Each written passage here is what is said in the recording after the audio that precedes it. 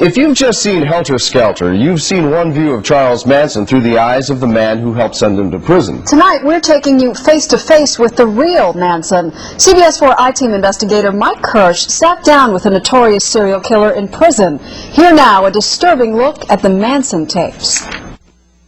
It's been almost 35 years now since the Manson murders here in Los Angeles, and Charles Manson still has a psychological grip on this country, a mind game that began the first moment we ever saw his face after he was captured while hiding out in California's Death Valley.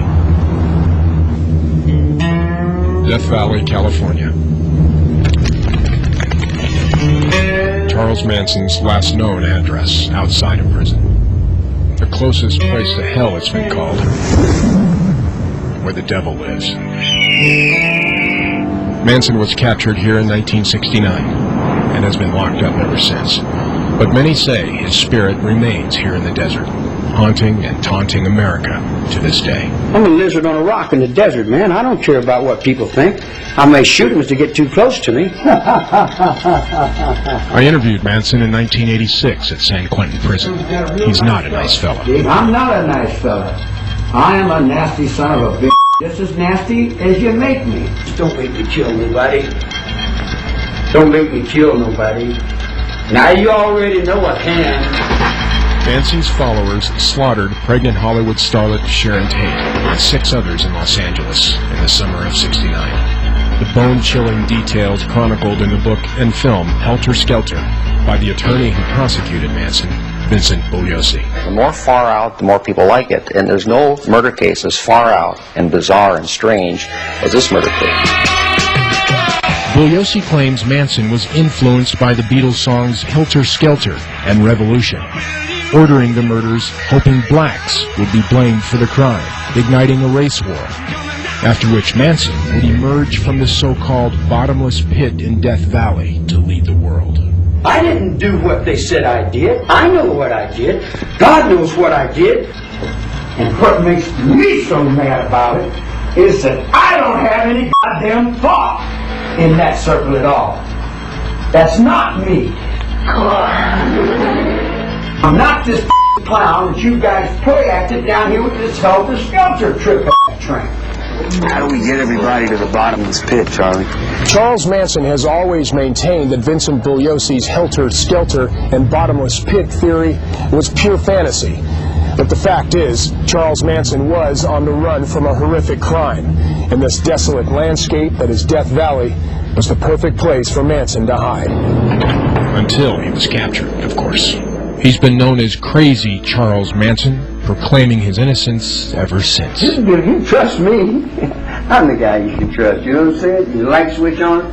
He tries to act crazy now and then because he thinks it's more frightening to people. 35 years after the murders, and Manson's strange reputation is still the topic of conversation among Americans young and old, especially around his old haunts like in Venice Beach, California.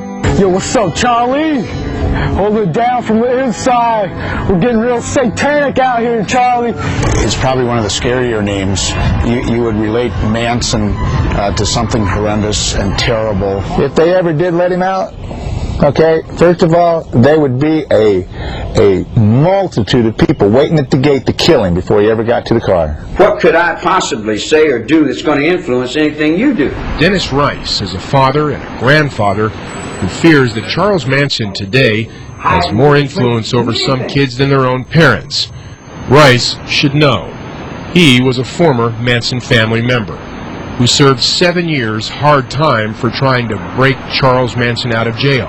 Today, Rice is a born-again traveling prison minister. I understand Charlie has a greater following now than he ever had when he was on the street.